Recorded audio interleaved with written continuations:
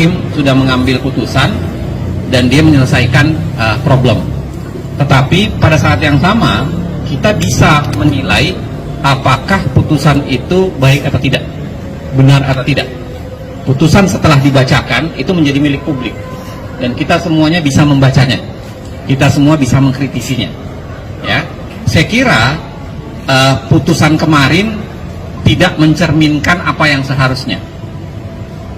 Ada banyak versi, ada banyak hal.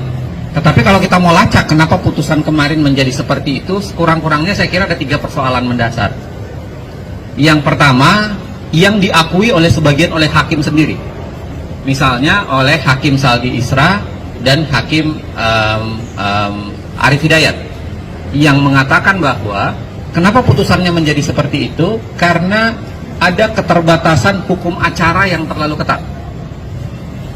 Hukum acara yang memang hanya 14 hari, pembuktian hanya 1 hari, dibatasi jumlah orang yang bisa bersaksi dan menjadi ahli, dan itu menjadi ribet.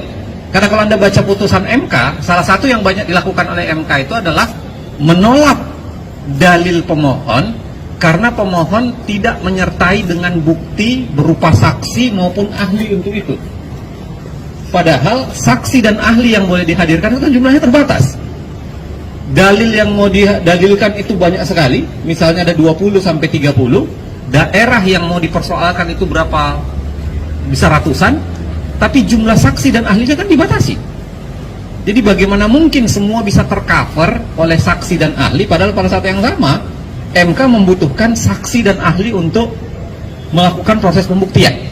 Ya, jadi kalau kita lihat memang ada problem di hukum acara yang terlalu ketat, ya kan? Pertanyaan dibatasi dan lain-lain sebagainya. Jadi catatan kita ke depan berkaitan dengan ini adalah soal memperbaiki konstruksi penegakan hukum pemilu, khususnya pilpres, di pengadilan yang namanya Mahkamah Konstitusi. Karena kalau tidak, ini hanya akan berulang terus.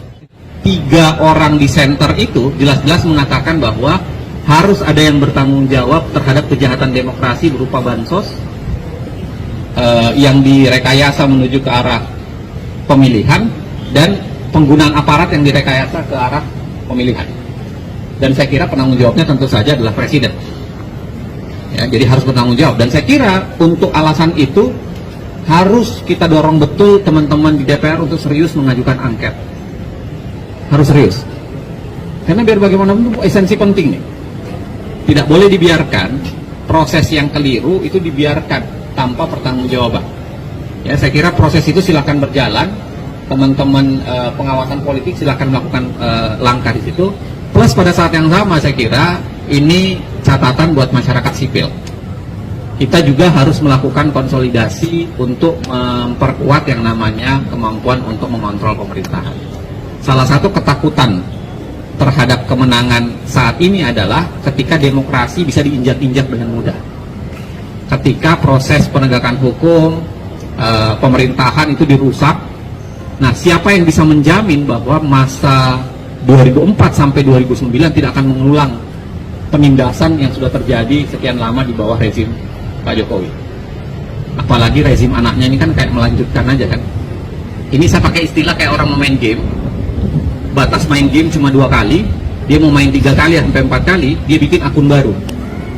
Ini kayak gitu tuh istilahnya, bikin akun baru, lalu kemudian yang penting bisa main 3-4 kali.